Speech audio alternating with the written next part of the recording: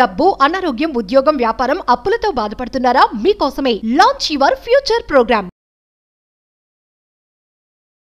నమస్తే, welcome to Suman TV. నేను విష్ణు. ప్రస్తుతంతో పాటు ప్రముఖ స్టాక్ మార్కెట్ అనలిస్ట్ జీవి సత్యనారాయణ గారు ఉన్నారు. వారితో మాట్లాడదాం. సార్ నమస్తే. సార్ సత్యనారాయణ గారు నమస్తే. సార్ సత్యనారాయణ గారు, జూన్ 4న లోక్సభ ఎన్నికల ఫలితాలు వెలువడబోతున్న నేపథ్యంలో జూన్ 4వ తేదీన స్టాక్ మార్కెట్లు దూసుకెళ్లబోతున్నాయని ఒక వార్త మార్కెట్ వర్గాల్లో బాగా సంచలనంగా మారింది. అండ్ మార్కెట్ వర్గాల్లో కూడా మంచి హుషారుని రేకెత్తించడం జరిగింది. అండ్ ఈ వార్త ఏదైతే ఉందో అన్ని జాతీయ దినపత్రికల్లో కానీ ప్రాంతీయ దినపత్రికలు కానీ అందరూ ప్రధానంగా ప్రచురించారు. అయితే ఈ వ్యాఖ్యలు చేసింది సాక్షాత్తు కేంద్ర హోంమంత్రి అమిత్ షా గారే. ఈ వ్యాఖ్యలను చేయడంతో మార్కెట్ వర్గాల్లో ఒక్కసారిగా ఎక్స్పెక్టేషన్స్ ఎక్కువైపోయినాయి మార్కెట్ పట్ల. మరి ఏంటి కేంద్ర హోంమంత్రి అమిత్ షా, మరి ఆయన ఏ ఉద్దేశంతో ఈ వ్యాఖ్యలు చేశారంటారు? మనం ఏ విధంగా అర్థం చేసుకోవాలి ఈ వ్యాఖ్యల్ని? అవును, ఇప్పుడు హాట్ టాపిక్ ఇది విష్ణు. అయితే నిన్న 3వ తారీఖు నాడు ఏం జరిగింది అంటే గ్యాప్ డౌన్ తోటి మార్కెట్ ఓపెన్ అయింది. ఎప్పుడైతే అమిత్ షా గారు ఈ అనౌన్స్మెంట్ చేశారో ఒక న్యూస్ ఛానల్కి ఇంటర్వ్యూలో, ఆ ఇంటర్వ్యూలో ఎప్పుడైతే అనగానే మార్కెట్ బౌన్స్ బ్యాక్ అంటే ఏంది, మార్కెట్ ఆ మైనస్ వెళ్ళిపోయి ప్లస్లోకి రావడం జరిగింది. సుమారు 1000 పాయింట్లు అనమాట. అంటే లో నుంచి హైకి వచ్చేటప్పటికి 1000 పాయింట్ల వరకు రికవరీ అనమాట. ఇది జనరల్గా ఏం జరుగుద్ది అంటే ఎప్పుడైనా కానీ ఎలక్షన్స్ ముందు మార్కెట్ బాగా ఫాల్ అవుతాయి. ఎప్పుడైనా మీరు 2019 అనుకోండి, 2014 అనుకోండి, అంతకుముందు ఎప్పుడు ఎలక్షన్స్ టైంలో. కాకపోతే ఏం జరుగుద్ది, ఏ గవర్నమెంట్ ఫామ్ అయినా అంటే స్థిరమైన ప్రభుత్వం కనుక వచ్చినట్లయితే మళ్ళీ మార్కెట్లు పుంజుకుంటాయి అనేది అది ఎప్పుడు జరిగేటటువంటిదే, తెలిసినటువంటిది. కాకపోతే ఇప్పుడు ప్రజెంట్ ఏంటిది అంటే ఏవైతే 4 విడతలుగా ఎలక్షన్స్ అయిపోయినాయి, ఇంకొకసారికి అయిపోతే జూన్ 4కి రిజల్ట్స్ వస్తాయి. ఆల్రెడీ ఎగ్జిట్ పోల్స్ ఏవైతే అంటే కొన్ని అంటే బయటికి రాకపోయినా ఓవరాల్గా ఏంటిది మళ్ళీ మోడీ గవర్నమెంట్ రాబోతుంది. ఇప్పుడు వర్షన్ ఏంటిది అంటే ఇప్పుడు మనం రోబో సినిమా 2.0 ఇప్పుడు 2.0 కాదు 3.0. ఇప్పుడు కొత్త అనౌన్స్మెంట్ ఏంటిది అంటే 3.0 అంటే మళ్ళీ మూడోసారి వచ్చి ఈయన ఏదైతే మళ్ళీ ఆయన ప్రణాళికలు, ఆయన ఆలోచనలు అవన్నీ మళ్ళీ సక్రమంగా జరుగుతాయి, ఒక స్థిరమైన ప్రభుత్వం మళ్ళీ ఏర్పడుతుంది అనే ఉద్దేశంతో జనరల్గా ఉంది. అయితే ఇప్పుడు అమిత్ షా గారు ఏదైతే అన్నాడో కాన్ఫిడెన్స్ అనుకోండి, అంటే ఈ ఎగ్జిట్ పోల్ అనుకోండి, లేకపోతే వాళ్ళ ప్రభుత్వం వస్తుంది అనేది ఆయన నమ్మకం అనుకోండి. దాంతో ఆయన ఒక అనౌన్స్మెంట్, ఒక ఇంటర్వ్యూ ఇవ్వటం జరిగింది. మావి 400 పైన రావటం అనేది వస్తుంది అనేది. దాంతోపాటు వెంబటే మార్కెట్కు అనుకూలంగా మార్కెట్ వచ్చింది. అయితే జనరల్గా ఎవరికి వాళ్ళు, ఏ పార్టీ వాళ్ళైనా మేము వస్తాం అని అంటారు. కాకపోతే జూన్ 4 నాడు ఏ ప్రభుత్వం వచ్చినా, అంటే ఏ ప్రభుత్వం స్థిరమైన ప్రభుత్వం కనుక వస్తుందనేది ఉంది. కాకపోతే అప్పుడు మళ్ళీ అయితే ఎప్పుడైతే వస్తుందో ఏ గవర్నమెంట్ వచ్చినా నెగిటివ్ ఉండవు. ఎందుకోసం అంటే అప్పుడే వాళ్ళు వచ్చారు కాబట్టి బడ్జెట్ ప్రవేశపెట్టాలి. ఈ బడ్జెట్లో కూడా వెమ్మటే రాగానే పన్నులని, ట్యాక్స్లని అవన్నీ ఏం చెయ్యరు, అన్ని గుడ్ న్యూసే చెప్తారు. అంటే ఎంప్లాయీస్ అనుకోండి, బిజినెస్ పీపుల్ అనుకోండి, సామాన్య మధ్యతరగతి ప్రజలకి అందరికీ ఏవైతే అనుకూలంగానే ఉంటుందన్నమాట బడ్జెట్. కాబట్టి మార్కెట్లుకి దోకా లేదుగా, మార్కెట్లు బాగా పెరుగుతాయి అనేది ఒకటి. కాకపోతే మనం చూడవలసింది ఏంటిది అంటే ఏవైతే వాల్యూ ఉన్నాయో ఇప్పుడు మనం చూడవలసింది ఏంటిది, మార్చి ఫైనాన్షియల్ ఇయర్ అయిపోయింది 2023-24. ఈ 2023-24 ఏవైతే యాన్యువల్ రిజల్ట్స్ వచ్చినాయో చాలా బాగా వస్తూ ఉన్నాయి. అప్పటికల్లా మొత్తం కంప్లీట్ అయిపోతాయి. ఏదైతే సుమారు 6000 కంపెనీలు దాకా ఉంటాయి, ఈ 6000 కంపెనీల రిజల్ట్స్ అన్నీ అయిపోతాయి. అందులో మొత్తం కలిపితే ఒక 1000 దాకా వస్తాయి మంచి కంపెనీలు. అందులో ఫిల్టర్ చేస్తే ఒక 200 కంపెనీల వరకు. వారు అమిత్ షా గారు అన్నారు ఏంటిదంటే నీకు ఏదైతే ఫాలో అప్ చేస్తున్నావో వాల్యూ ఉన్నటువంటి కంపెనీల్లో ఇప్పుడు ఇన్వెస్ట్ కనుక మీరు చేసుకున్నట్లయితే జూన్ 4వ తారీఖు బాగా పెరుగుతాయి మార్కెట్స్ రైట్ అనేది ఆయన చెప్పక రావటం జరిగింది. అంతే తప్ప మార్కెట్లు పుంజుకుంటే అంటే వాల్యూ లేనటువంటి పెరగవు. వాల్యూ ఉన్నటువంటి కనుక మనము ఇప్పుడు కనుక హోంవర్క్ చేసి అందులో కనుక యాన్యువల్ రిజల్ట్స్ కనుక చేసి పెట్టుకుంటే అదొకటి.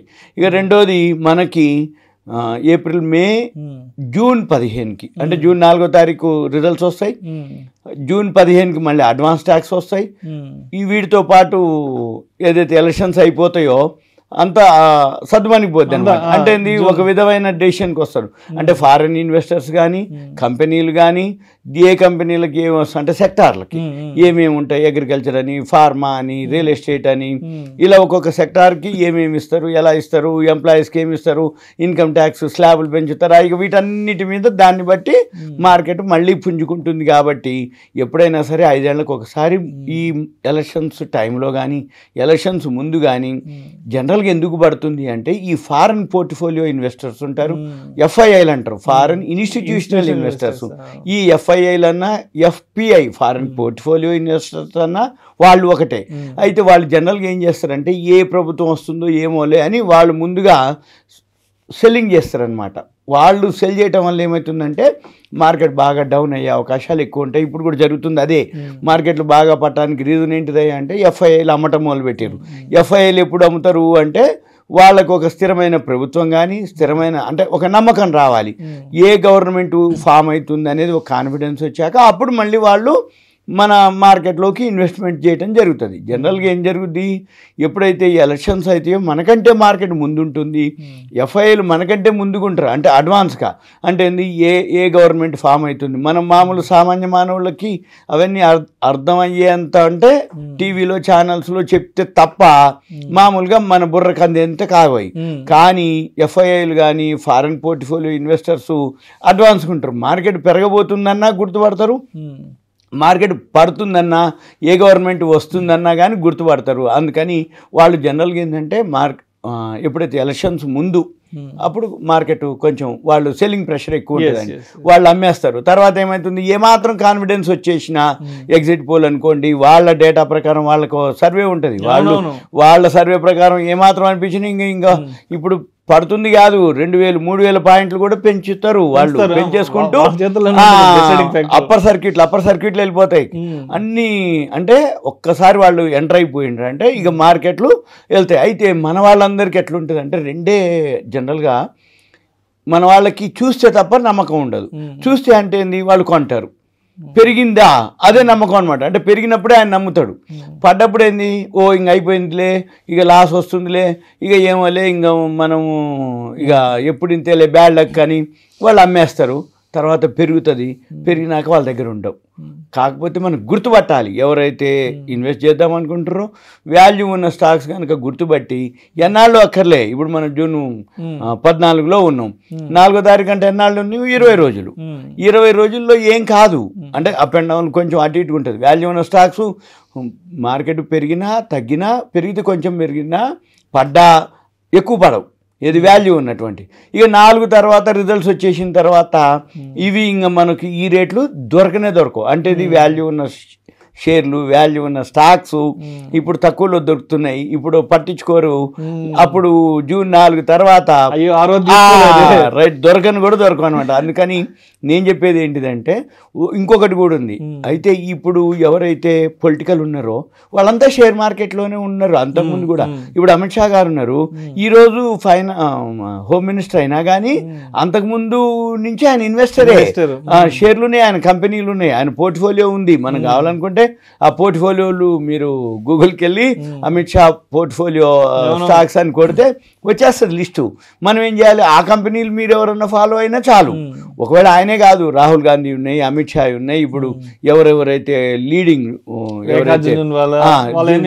రైట్ ఇలాంటి వాళ్ళు ఎవరైతే ప్రమోటర్స్, ఇప్పుడు విప్రో ప్రేమ్జీ కానీ, దమాని కానీ, వాళ్ళందరి ఉన్నాయి షేర్లు, ఏది వాళ్ళ పోర్ట్ఫోలియోలు.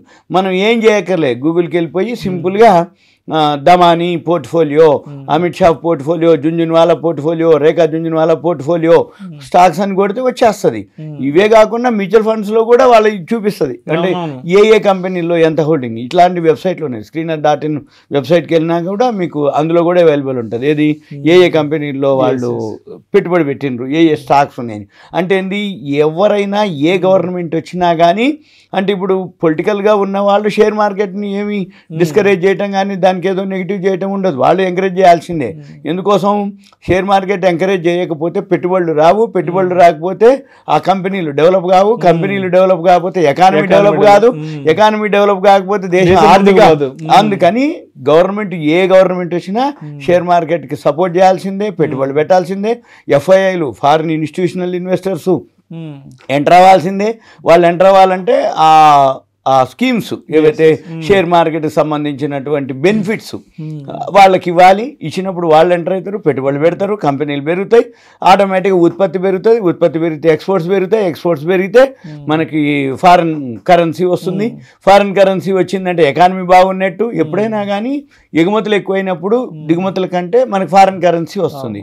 ఫారిన్ కరెన్సీ వచ్చిందంటే ఎకానమీ బాగుంది, ఎకానమీ బాగుందంటే దేశం బాగుంది, దేశం బాగుంది అంటే ఆర్థికంగా బాగున్నాం అని అర్థం, ఆర్థికంగా బాగుంది అంటే షేర్ మార్కెట్ బాగుంటేనే తప్ప ఇవన్నీ ఉండవు అనేది. అందుకనే ఏ గవర్నమెంట్ ఫామ్ అయినా మన షేర్ మార్కెట్కి దోకా ఉండదు. కానీ మన షేర్ మార్కెట్లో మంచిగా ఉన్న కంపెనీలు, వాల్యూ ఉన్న కంపెనీలు హోంవర్క్ చేసుకొని లిస్ట్ తీసుకొని వాటిల్లో కనుక ఇన్వెస్ట్ చేస్తే ఎన్నాళ్ళు అక్కర్లే 20 రోజులు కనుక హోల్డ్ చేస్తే మళ్ళీ బడ్జెట్ వస్తుంది, రిజల్ట్స్ వస్తున్నాయి, మళ్ళీ గవర్నమెంట్ ఫామ్ అయింది. ఏ గవర్నమెంట్ అన్నా కానీ, అంటే ఉదాహరణకి సరే అమిత్ షా గారు అందరూ ఎగ్జిట్ పోలు బీజేపీ వస్తుందని అన్నా కానీ రిజల్ట్ చూడాలి మనం. ఏదైతే జూన్ 4వ తారీఖు ఎలక్షన్ రిజల్ట్ చూస్తాం, ఎలక్షన్స్ రిజల్ట్ చూసినాక మనము మళ్ళీ చేస్తాం. అయితే దీనికి కావాల్సిన సెక్టార్లు ఉంటాయి. సెక్టార్లు కావాలంటే మనం ఇంకొక ఎపిసోడ్లో మనం డిస్కస్ చేయొచ్చు. ఎందుకోసం అంటే జూన్ 4 తర్వాత ఇదే గవర్నమెంట్ ఫామ్ అయితే ఏ సెక్టార్లు రైట్ అదొకటి, దాన్ని బట్టి మనం ప్లాన్ చేయొచ్చు. ఫర్దర్గా మనం ఇంకో వీడియోలో మనం డిస్కస్ చేద్దాం. సింపుల్గా ఏంటిది అంటే ఒక కాన్ఫిడెన్స్, ఇప్పుడు ఎవరికి వాళ్ళు కాన్ఫిడెన్స్ తోటి మాట్లాడతారు. మన కాన్ఫిడెన్స్ ఏంది? వాల్యూ ఉన్న స్టాక్స్ని మీరు గుర్తుపట్టండి, యాన్యువల్ రిజల్ట్స్ వచ్చినాయి, ఆ డేటా తీసుకోండి, అవి కొనుక్కోండి, ఒక 20 రోజులు వెయిట్ చేస్తే గవర్నమెంట్ ఫామ్ అయింది అనుకోండి, కన్ఫామ్ అయిపోయిందా, ఇక అమ్మక్కర్లే, ఇక వెళ్ళిపోతాయి. ఇది సింపుల్గా నా నుంచి ఒక information. Right, thank you so much G V Satyan గారు. Thank you. సుమన్ టీవీ ప్రేక్షకులు ధన్యవాదాలు. ఇదంతా ఓన్లీ ఇన్ఫర్మేషన్ మాత్రమే, ఒక అవేర్నెస్, ఎడ్యుకేషన్ పర్పస్ మాత్రమే. న్యూస్ వచ్చింది, హాట్ టాపిక్, ఆ హాట్ టాపిక్ని మనం డిస్కస్ చేస్తున్నాం సింపుల్గా. ప్రేక్షకుల విజ్ఞప్తి, ఈ వీడియోలో ప్రస్తావించబడిన అంశాలు కేవలం ప్రేక్షకులకు ఒక అవగాహన కొరకు, ఇన్ఫర్మేషన్ కొరకు, ఎడ్యుకేషన్ పర్పస్ కొరకు మాత్రమే వీటి గురించి ప్రస్తావించడం జరిగింది. ఇది మా రికమెండేషన్ అయితే కాదు. దయచేసి ప్రేక్షకులు మరొకసారి గమనించగలరు. పెట్టుబడులు పెట్టే ముందు మీ అడ్వైజర్ని సంప్రదించి మాత్రమే తుది నిర్ణయం తీసుకోగలరని మా మనవి. నమస్తే. సుమన్ టీవీలో మీ పర్సనల్ అండ్ బిజినెస్ ప్రమోషన్స్ కోసం కింది నెంబర్కి కాంటాక్ట్ చేయండి.